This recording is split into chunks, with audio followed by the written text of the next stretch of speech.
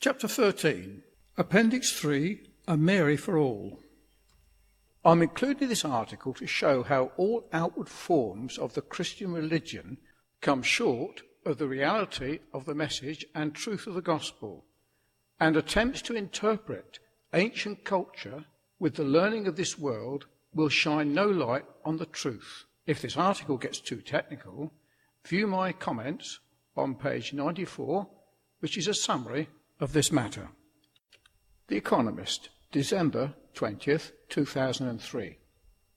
Imagine what you would think if you had grown up with a little knowledge of Christianity, and you arrived in midwinter in a country whose culture and spirituality have been shaped by the faith in one of those most traditional varieties. In other words, if you found yourself observing the celebration of Christ's Nativity in a country dominated by Roman Catholics, or by the Greek or Russian Orthodox Church, or in an ancient outpost of Christendom like Ethiopia or Armenia. You might have questions about the sex of the worshippers and of the divinity being worshipped. As you walked into the church, you would notice some impressive robed people singing, speaking, and gesturing at the far end, either in view of the congregation or else in a partly enclosed space from which they periodically emerge. Both these robed celebrants, and almost certainly their assistants, would all be male, and no female would be allowed to enter the semi-enclosed space. Yet most of the worshippers might well be female. Then you might begin to wonder about who or what was being addressed in the ceremonies you were watching, and your confusion would be even greater as you studied both the seasonal decorations, the greeting cards, the cribs, the nativity scenes, and also more permanent fixtures like statues, icons, and mosaics. You might well conclude that the main person being celebrated and adored was not a newborn babe, but his mother. The impression of a maternally oriented religion would be specially powerful if you entered one of the many Eastern Christian churches, where the fresco or mosaic of a giant figure of Mary with a relatively small figure of Christ superimposed filled the concave space above the altar, seeming to tower over the worshippers. This sense of religion dedicated to womanhood, with or without the attribute of maternity, would be stronger still in bastions of Roman Catholic piety, such as Mexico, where simple believers often pour out their hopes and fears to an image or statue of Mary alone, without her child.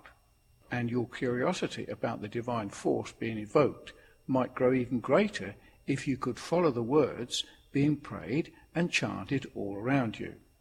Some of these words would be celebrations of a newly born babe destined to save mankind, but much of the language would be about his mother, the miraculous circumstances of her pregnancy, and the great tragedy that awaited her as her son was to meet a cruel death. Whatever you made of this story, you would find yourself appreciating one of the great cultural achievements of the Christian era.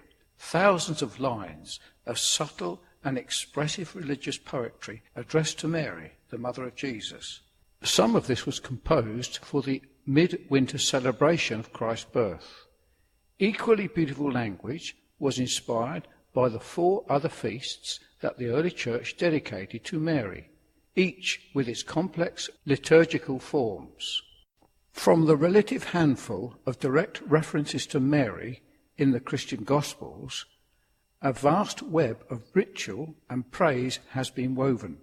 Of course, if you then ask a well-instructed Roman Catholic or Eastern Christian believer about the meaning of these rituals, you would be told rather firmly about the limits of Mary's veneration. Mary is not a goddess, you will be informed, but a human being with a unique relationship to God, and therefore a unique role in praying for and protecting the human race. She is not worshipped, but rather venerated. A Roman Catholic might tell you that Mary was the co-redeemer with Christ of the human race, though this is not dogma, and that she was conceived without the original sin, that every other human being inherits. An Eastern Christian would not use quite that language, but he would acknowledge a special sort of intimacy with the Mother of God, and in particular with icons of Mary, of her Son, which no other manifestation of the divine can inspire. This would be rather puzzling if your background was entirely secular, but it would be very familiar indeed if you adhered to another monotheistic world religion, Islam. In some respects, Muslim beliefs about Mary, the most honoured woman in Islam, and the only one to have an entire chapter named after her in the Quran, seem to be quite close to those of the Roman Catholics. The Islamic tradition holds that Jesus and his mother are the only two human souls who were not touched with Satan at birth. In other respects, the Muslim understanding of Mary seems close to that of the Eastern Christians. Both cherish the story of Mary's childhood in a place of supreme holiness that had hitherto been a bastion of male priests. Both name Mary's guardian and the priest Zachariah or Zachariah in Islam. The story is told of Zachariah's bringing food to the child Mary and finding that she had already been given nourishment from God. This is cited as a sign of her extreme respectability to God. In Orthodox Christianity, it is stressed that Mary was born an ordinary human burdened like others with the capacity to sin. So much for the theology, we might say, but as an outsider, you would still wonder at the power and intensity of the metaphors that early Christian hymnographers ascribed to Mary. Among the dozens of heart-stopping turns of phrase, she is described as the dawning of the mystical day, the bride chamber bathed in light, a lily whose perfumes scent the faithful, a vessel of God's wisdom who showed up the unwisdom, the philosophers, and reduced the scholars to speechlessness.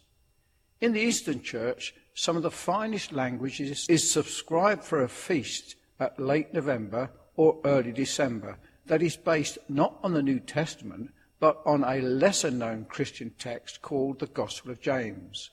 This feast celebrates the presentation of Mary as a 3-year-old child to the temple in Jerusalem, where she is described as entering the most holy place, which was normally reserved for male priests, and spending the remainder of her childhood absorbing the temple's sanctity and scholarship.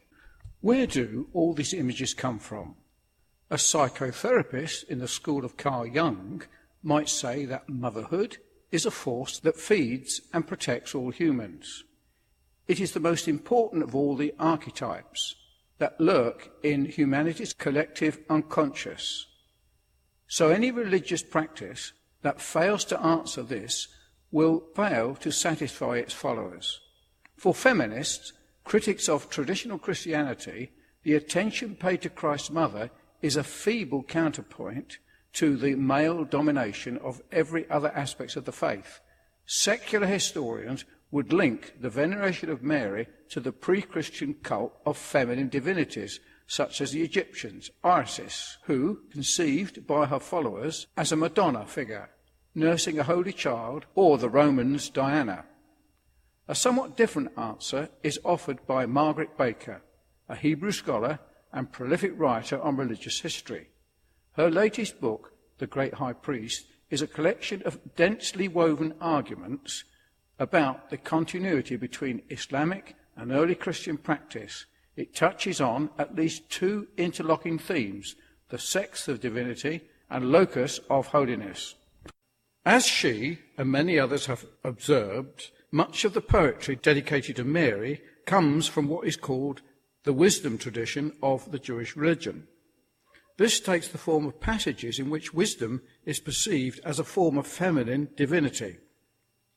One of the most explicit references to wisdom as a sort of feminine agency or power is in the book of Proverbs. Wisdom hath builded her house, she hath killed her beast, she hath mingled her wine and furnished her table. Mrs. Baker believes that there are scores of other places in the Jewish scriptures where modern language is lurking just below the surface.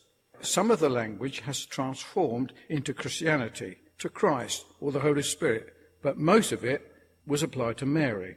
Mary Baker believes the worship of a deity in feminine form was more explicit before the catastrophe of 586 BC, when the first temple built by Solomon was destroyed and the Jews went into exile in Babylon. As evidence, she cites a passage in the book of Jeremiah where Jewish exiles in Egypt were scolded for continuing to offer cakes, libations, and incense unto the Queen of Heaven. They replied definitely that everything had been going well in Jerusalem's temple and amongst the Jews generally, so long as the heavenly monarch was given her due. Only when that practice ceased had disaster befallen them. Other scholars have noticed references in the Old Testament to groves and high places where forbidden religious rites were going on, and having assumed perhaps reasonably that these too were rites associated with a feminine deity. To back her interpretation of this passage, Mrs. Baker draws on a version of the Book of Enoch, found among the Dead Sea Scrolls, manuscripts whose discovery some years ago transformed Christian and Jewish scholarship. This document asserts even more clearly that the cult of a feminine force called wisdom had been a feature of that first temple, but was then abandoned disastrously. As an exercise in textual analysis, Mrs. Baker's case is almost unanswerable, albeit not entirely original. The idea of wisdom as a female agency or person also existed among the Greeks, for whom Athena was the goddess of wisdom, just as Minerva was for the Romans.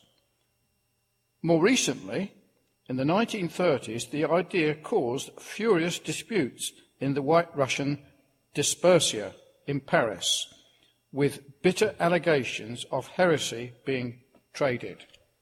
No wonder, as Jane Morton, a lecturer in religion and for psychology, puts it, the Christian church does have an understanding of wisdom as a female gift of God, but it is so subtle that almost any statement you make about it becomes heretical. The best way to understand Judeo-Christian wisdom traditionally, in Mr. Moron's view, is to think of wisdom as a creature who is not part of God, but has a unique role in mixing God and creation together. If so, it is easy to see how wisdom language was transferred to Mary. But whatever the insights offered by comparing text and metaphors, it can be hard for first-century observers to understand the sheer passion of the language that was addressed to Christ's mother in late antiquity. The all-golden vessel, the most delectable sweetener of our souls, she who bears the manna which is Christ, land uncultured, field unploughed, vine streaming with fecundity, vessel most delightful, spring that gushes forth, the treasure of innocence, the ornament of modesty. These are the words of an 8th century Byzantine sermon describing Mary's entry into the temple. To understand the preacher's passion, it helps to look at the other part of Mary Baker's argument, which has to do with the locus of holiness on earth. Like several other religions, the Jewish tradition was torn between its emphasis on the unbridgeable gap between God and human beings and its belief that, in certain circumstances, it is possible for man and the divine to come face to face. For the Jews, the unique place of encounter between man and God was the temple. Before that, it was the tabernacle or tent, constructed by Moses. Mrs. Baker's point is that only in the light of the temple or tabernacle tradition can many features of early Christianity be understood. She also believes that the reverence applies in the light of early Christian practices and ritual. It becomes easier to re-enter the world of the Jewish temple. As an example of this, she takes the central Christian rite of the Eucharist, in which bread and wine are offered to God, consecrated and then consumed by worshippers who believe the sanctified gifts enable them in some mysterious but primordial important sense to take part in the divine life of Christ. As many a religious historian has noted, there are two temple practices that foreshadow the Eucharist. One was the weekly ceremony in which 12 loaves of bread were brought into the temple, consecrated and then consumed by the high priests. The other was the annual rite that marked the high point of the Jewish calendar, the Day of Atonement, the only time when the priest entered the holiest of holies, the most sacred part of the temple. Before doing so, the priest would select two almost identical goats.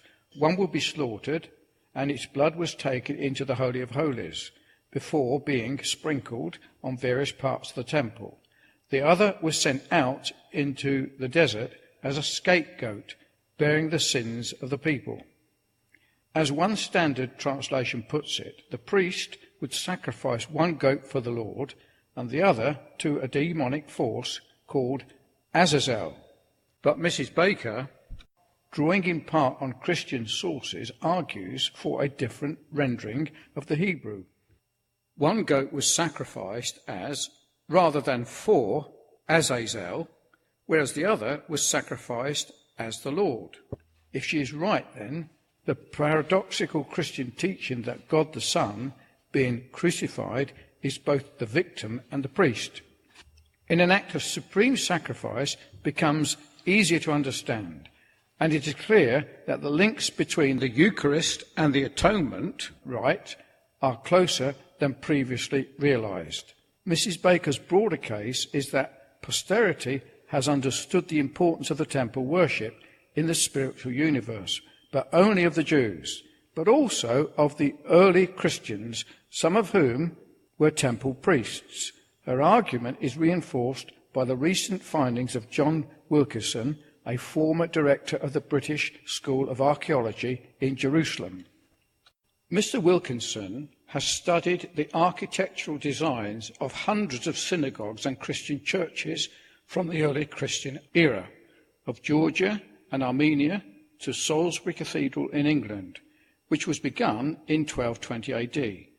His conclusion is that all these buildings reproduced with some precision certain proportions of the ideal Jewish temple as described by Ezekiel, because the architects set out to copy ratios rather than exact dimensions. The temple influence is not immediately obvious, but it can be discerned, says Mr. Wilkinson, in apparently dissimilar churches.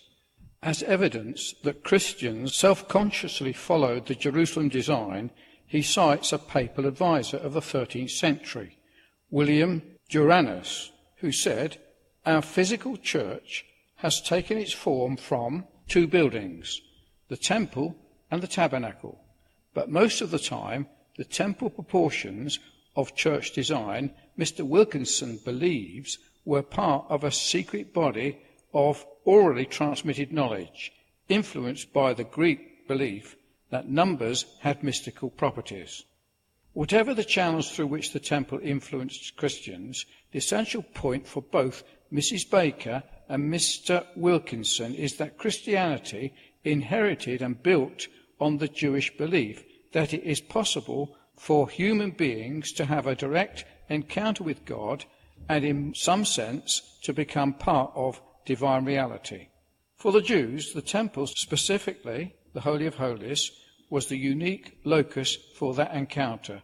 For Christians, the equivalent place was the sacred space around the altar of their church, where bread and wine were consecrated and believers were enabled to take part in Christ's life. So how does that arrangement tie in with Mrs. Baker's earlier observations about the worship of the feminine in early Jewish religion, and the transfer of this tradition, or at least its language and metaphors, to Mary? Very closely, she would argue. First, the Christian and Muslim story of the young Mary going into the heart of the temple indicates, in Mary Baker's view, that sex is transcended in the divine reality, that Jewish high priests entered when they made their annual procession into the holiest of holies. There is thus, she argues, a sense in which the priest entering into the holiest of holies ceases to be male.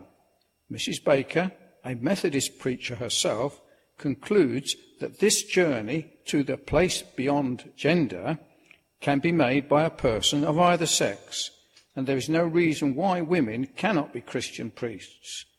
Conservatives may regard this as feminist claptrap, but whatever they believe about their thorny topic, many Christians may be sympathetic in the stress that Mrs. Baker lies on the traditional story of Mary's early life amongst the temple priests in a place of pure holiness where nobody except the elite caste of males had ever been. Muslims, like early Christians, believed that Mary's mother was expecting a child who would perform unique service to God, and was therefore surprised when her baby turned out to be a girl. Christians and Muslims will never agree on the nature of Mary's child. Was he God incarnate who experienced death and rose again, or a unique inspired prophet who did not die but ascended to heaven? Yet Christians and Muslims alike can see in Mary an affirmation that there is no limit to the holiness or proximity to God that any human, whether male or female, can attain. Surely that is reason enough for people of any faith to feel reverence for her, history's foremost Jewish mother.